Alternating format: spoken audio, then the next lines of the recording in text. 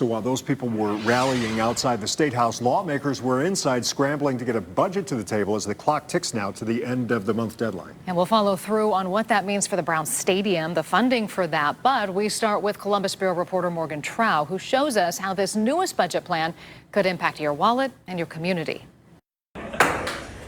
They're writing like they're running out of time.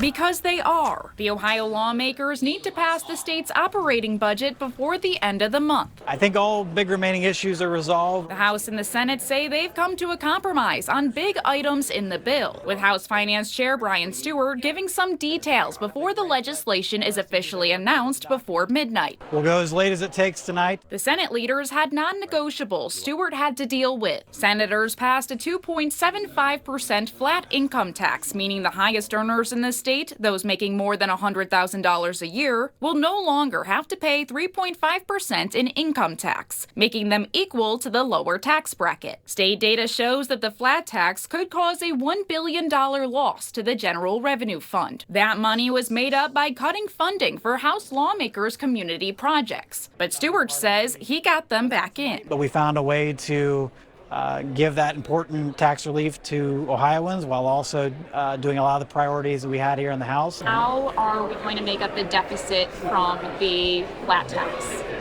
So the Senate has, the House is agreeing with the Senate to rescind an awful lot of kind of small income and sales tax exemptions.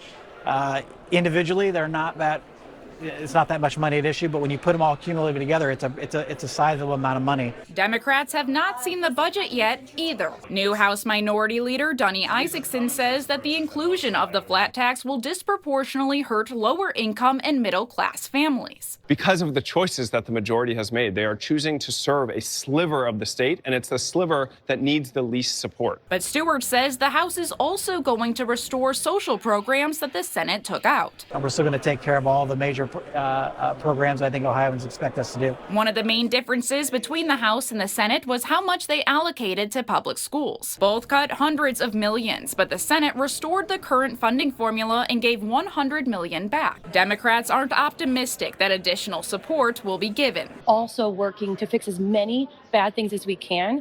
Can you run through the education changes that have been made? Let's do that later. A final bill is expected to be voted out of each chamber by the end of the week. At the Ohio State House, I'm Morgan Trow reporting.